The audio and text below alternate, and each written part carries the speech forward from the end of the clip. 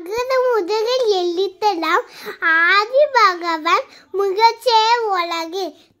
Hi friends, Tamil cinema திரை உலகில் நடிப்பில் மாமன்னன் என்றால் அது நடிகர் திலகம் சிவாஜி கணேசன் தான். எப்படிப்பட்ட கேரக்டராக இருந்தாலும் சரி, நடிப்பின் மூலம் அப்படியே வாழ்ந்து விடுவார். இவர் ஏற்று நடிக்காத கதாபாத்திரங்களே இல்லை என்று சொல்லலாம். இந்த வரலாற்று கதாபாத்திரங்களை நினைத்தாலே சிவாஜியின் முகம்தான் நினைவுக்கு வரும். அந்த அளவுக்கு இவர் அந்த கதாபாத்திரங்களிலேயே வாழ்ந்து விட்டார்.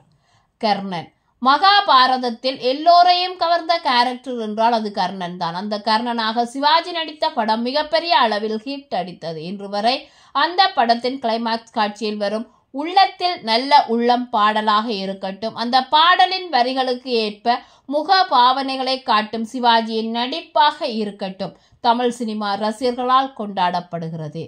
ராஜராஜ சோழன் மூவேந்தர்கள் நாட்டை ஆண்டு வந்தபோது பொற்கால ஆட்சியாக பார்க்கப்பட்டது ராஜராஜ சோழனின் ஆட்சிதான். இந்த ராஜராஜ சோழனாக கம்பீரத்துடன் சிவாஜி நடித்திருந்தது அந்த அரசனே நேரில் வந்தது போல் திரையில் இருந்தது.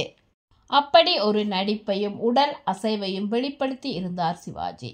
வீரபாண்டிய கட்டபொம்மன் வெள்ளையர்கள் ஆட்சி காலத்தில் அவர்களை தைரியமாக எதிர்த்தவர் வீரபாண்டிய கட்டபொம்மன். அந்த கட்டபொம்மனாக இன்று வரை நம் மனதில் நிற்பவர் சிவாஜி தான்.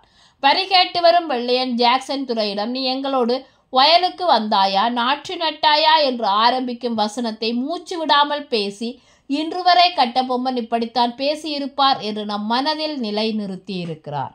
கப்பலோட்டிய தமிழன் செக்கெழுத்த செம்மல் கப்பலோட்டிய தமிழன் சிதம்பரம் பிள்ளையாக சிவாஜி நடித்த திரைப்படம் கப்பலோட்டிய தமிழன். இந்த படம் தீபாவளி ரிலீஸ் ஆக வெளியாகி மிகப்பெரிய வெற்றியை தந்தது.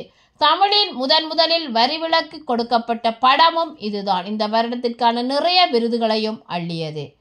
ராஜபாட் தங்கதுரை மேடை கலைஞர்களும் எதிர்கொள்ளும் சிக்கல்களை பற்றித்தான் இந்த படம் பேசியிருக்கும். ஆனால் இதன் ஒரு காட்சியில் சிவாஜி கொடிகாத்த குமாரனாக நடித்திருப்பார். உயிர் நீங்கும் வரை தன் கையில் இருக்கும் தேசிய கொடியை விடாத கொடிகாத்த குமரன் நிஜமாகவே அந்த சம்பவம் நடக்கும் பொழுது இப்படித்தான் இருந்திருப்பார், இப்படித்தான் பேசியிருப்பார் என்று நமக்கு சொன்ன காட்சி அது. மீண்டும் ஒரு புதிய தகவலுடன் உங்களை சந்திக்கிறேன். இந்த வீடியோ உங்களுக்கு பிடிச்சிருந்தா லைக் பண்ணுங்க, கமெண்ட் பண்ணுங்க, ஷேர் பண்ணுங்க. மறக்காம அந்த பெல் ஐக்கனை கிளிக் பண்ணுங்க. Bye friends, thank you.